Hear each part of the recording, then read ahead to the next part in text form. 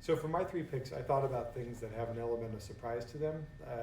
Oftentimes the shows that are kind of the most meaningful to me are ones that catch me off guard, shows where I didn't expect something or they were more than I expected. So all three of my picks are shows that are things I haven't seen before. So Sandbox Percussion is a percussion ensemble.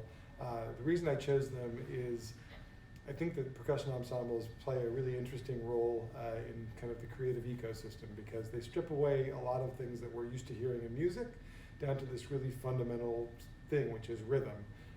The other reason I like them is because they're always playful.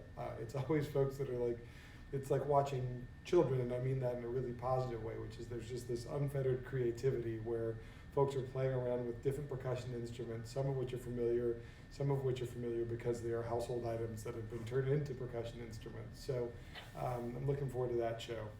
Usually when we see dance videos here, they can be somewhat uninspiring, even when the dance itself is really amazing. We're bringing a company called Malpaso Dance Company from Cuba, and we received a video from them that shows the mounting of this piece called Indomitable Waltz by Azure Barton, an Australian choreographer. I watched the video, I've rewatched the video now probably 50 times because it just seems like it's going to be such an amazing piece and an amazing evening of dance. The dancers are remarkable, the music is amazing, the choreography just looks stunning, but there's this thread of emotionality throughout all of it that just really has me intrigued. And again, seeing dance live, I was not a dance person before I came to the Mondavi Center. I knew very little about modern dance. And that's been, those evenings where I've seen great modern dance have been the occasion where I felt like, the same way I felt the first time I heard some of the great jazz albums, just like my universe was expanding. And so I'm really looking forward to that piece. So jazz is one of those art forms that really, you have to hear it live. Jazz recordings are great, they capture a moment in time, but jazz is all about being in the moment and sort of what happens when you put great improvisers together. Melissa Aldana Quartet is coming into the Vanderhoff Studio Theater, so it has a couple things going for it. It's my favorite room, it's a small, intimate space, it's a perfect spot to hear jazz. Melissa herself is a really interesting artist.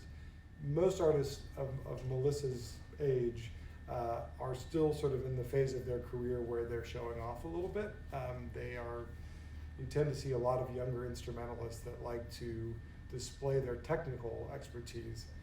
Melissa seems to have just leapfrogged past that. Each of her albums has been deeply interesting.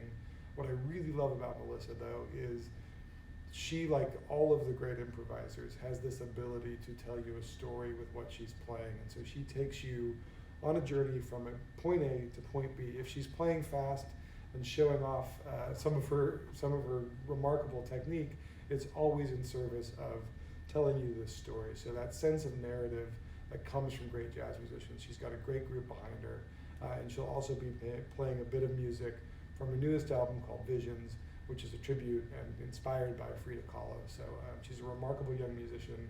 I'm really looking forward to having her in the studio.